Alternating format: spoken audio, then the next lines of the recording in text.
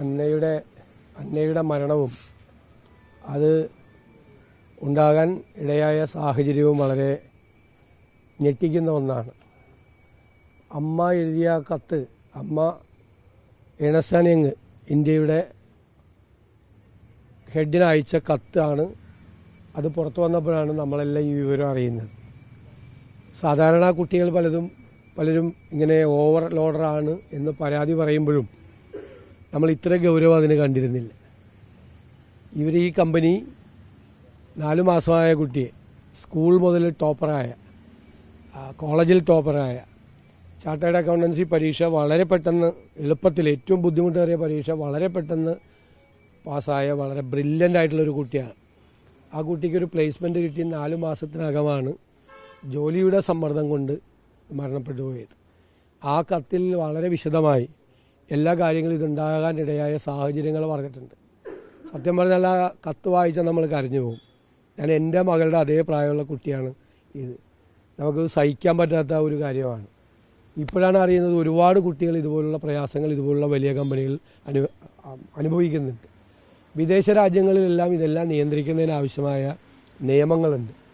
ഇതിപ്പോൾ 20-ാം നൂറ്റാണ്ടിൻ്റെ ആദ്യ പാദത്തിൽ വ്യവസായ വിപ്ലവം ഉണ്ടായിരുന്ന കാലത്ത് ഉണ്ടായിരുന്ന തൊഴിലാളി ചൂഷണം നടത്തിയതുപോലുള്ള ഒരു ചൂഷണമാണ് 21-ാം നൂറ്റാണ്ടിൻ്റെ ആദ്യ പകുതിയിൽ നമ്മുടെ രാജ്യത്ത് നടക്കുന്നത്. ഇത് അപമാനകരമായ സംഭവമാണ്. ശ്രീ ഹൈബി ഈഡൻ എന്നോടൊപ്പം ഉണ്ട്. അദ്ദേഹം ഈ വിഷയം പാർലമെൻറ്റിൽ ഉയർത്തിക്കൊണ്ടുവരും. ദേശീയ തലത്തിലും സംസ്ഥാന തലത്തിലും അതൊരു കൺകറന്റ് ലിസ്റ്റിൽപ്പെട്ട ഒരു വിഷയമാണ് ഇത്. അതുകൊണ്ട് സംസ്ഥാന തലത്തിലും ദേശീയ തലത്തിലും ഇത് നിയന്ത്രണം ഉണ്ടാകുന്നതിന് വേണ്ടിയിട്ടുള്ള നിയമനിർമ്മാണമാണ് ഉണ്ടാകേണ്ടത്. അതിനു വേണ്ടിയിട്ടുള്ള സമ്മർദ്ദം തീർച്ചയായിട്ടും ഞങ്ങൾ ചെലുത്തും. ഇത് എല്ലാവരുടെയും കണ്ണു തുറപ്പിക്കേണ്ട, ഈ അമ്മയുടെ കത്ത് എല്ലാവരുടെയും കണ്ണു തുറപ്പിക്കേണ്ട കത്താണ്. എല്ലാവർക്കും മക്കളുള്ളതാണ്. എല്ലാവരുടെ ഇത്രയും നല്ലതായിട്ട് പരീക്ഷയെല്ലാം പാസ്സായി ഒരു കുടുംബത്തിൻ്റെ മുഴുവൻ പ്രതീക്ഷയായി വന്നൊരു കുഞ്ഞാണ് ജോലി സമ്മർദ്ദം മൂലം അതിന് മരണമടയേണ്ടി വന്ന ഒരു സാഹചര്യം ഉണ്ടായി.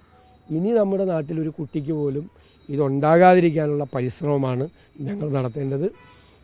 ഞങ്ങളെല്ലാവരും ചേർന്നിട്ട് ദേശീയ തലത്തിലും സംസ്ഥാന തലത്തിലും സമ്മർദ്ദം ചെലുത്തിയൊരു നിയമനിർമ്മാണം ഉണ്ടാക്കി ഈ ചൂഷണം അവസാനിപ്പിക്കുന്നതിന് വേണ്ടിയിട്ടുള്ള നടപടികൾ സ്വീകരിക്കും.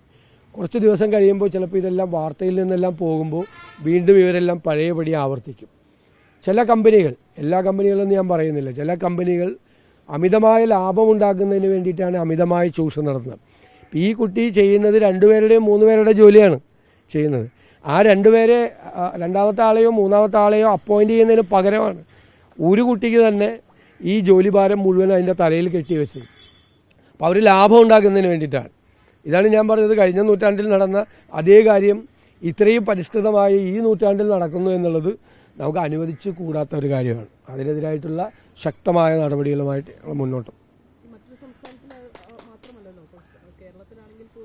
അല്ല, കേരളത്തിൽ സംഭവിക്കാൻ പാടില്ല. കേരളത്തിൽ ഒട്ടും സംഭവിക്കാൻ പാടില്ല.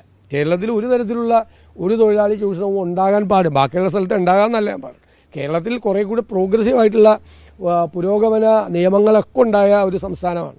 ലേബർ നിയമങ്ങളുണ്ടായ സംസ്ഥാനമാണ്. ഈ നെഹ്റുവിൻ്റെ കാലം മുതൽ പാർലമെൻറ്റിലും ഇന്ത്യയിലെ നിയമസഭകളിലും എല്ലാം വരുന്ന തൊഴിൽ നിയമങ്ങൾ എന്ന് പറയുന്നത് തൊഴിലാളികൾക്കും ജീവനക്കാർക്കും അവരെ പ്രൊട്ടക്റ്റ് ചെയ്യുന്നതിന് വേണ്ടിയിട്ടുള്ള നിയമങ്ങളാണ്. അവരെ ചൂഷണത്തിൽ നിന്ന് രക്ഷിക്കുന്നതിന് വേണ്ടിയിട്ടുള്ള നിയമമാണ്. എല്ലാ നിയമങ്ങളും, industrial dispute act, bonus act, workmen's compensation act, മുഴുവൻ നിയമങ്ങളും. പക്ഷേ ഇപ്പോഴത്തെ കാലത്ത് പാർലമെൻറ്റിലൊക്കെ വരുന്ന നിയമങ്ങൾ എന്ന് വെച്ചാൽ കോർപ്പറേറ്റുകൾക്ക് വേണ്ടി ഉണ്ടാക്കുന്ന നിയമങ്ങളാണ്. ഇപ്പോൾ 12 മണിക്കൂർ ജോലി ചെയ്യാമെന്നാണ് ലേബർ കോഡ് വന്നിരിക്കുന്നത്. 12 മണിക്കൂർ ജോലി എന്ന് പറഞ്ഞിരിക്കുന്നത്. 8 മണിക്കൂർ ജോലി എന്നുള്ളത് എത്രയോ രാജ്യങ്ങളിൽ തൊഴിലാളികൾ സമരം ചെയ്ത് നേടിയെടുത്ത അവകാശമാണ്. ഇപ്പോൾ ഈ പറയുന്ന കമ്പനികളിലൊക്കെ തന്നെ 5 ദിവസം ഉള്ള വർക്കിംഗ് ഡേ, ബാക്കി 2 ദിവസം അവധിയാണ് നിയമപരമായി നോക്കിയാൽ. പക്ഷേ ഈ 2 ദിവസവും അവരെ കൊണ്ട് ജോലി ചെയ്യിപ്പിക്കും, രാത്രി ജോലി ചെയ്യിപ്പിക്കും, ഞായറാഴ്ച ജോലി ചെയ്യിപ്പിക്കും. രാത്രി 10 മണിക്ക് വിളിച്ച് അസൈൻമെൻറ്റ് കൊടുക്കും, രാവിലത്തേക്ക് തീർത്ത് കൊടുക്കണമെന്ന്. പിന്നെ ഉറങ്ങാൻ പറ്റുമോ? ഉറങ്ങാൻ പറ്റിയില്ലെങ്കിൽ എന്നിട്ട് പിറ്റേ ദിവസം രാവിലെ 8 മണിക്കും 9 മണിക്കും ജോലിക്ക് പോകണം. അപ്പോൾ ഒരു തരത്തിലും നീതീകരിക്കാൻ പറ്റാത്ത ചൂഷണമാണ് നടന്നിരിക്കുന്നത്. ഞങ്ങൾ കുട്ടിയെ നഷ്ടപ്പെട്ട ആ മാതാപിതാക്കളോട് വേറെ തരത്തിൽ നന്ദി പറയുകയാണ്. ഇങ്ങനൊരു കത്തെഴുതാൻ അവർ കാണിച്ചത്. അത് കാരണം എല്ലാവരുടെ കണ്ണു തുറപ്പിക്കാനുള്ളൊരു കത്തായി അത് മാറണം. ആ അമ്മയുടെ കണ്ണീര്, ആ മാതാപിതാക്കളുടെ കണ്ണീര് വേറൊരു മാതാപിതാക്കളുടെയും കണ്ണിൽ നിന്നുണ്ടാകരുത്. ഇതിനു വേണ്ടിയിട്ടുള്ള ശ്രമം നമ്മൾ നടത്തും. തീർച്ചയായിട്ടും ഇതൊരു ദേശീയ തലത്തിൽ തന്നെ ടേക്കപ്പ് ചെയ്യപ്പെടേണ്ട ഒരു വളരെ പ്രധാനപ്പെട്ട വിഷയമാണ്. MP ഒക്കെ അതുമായിട്ട് സംസാരിച്ചിട്ടുണ്ട്.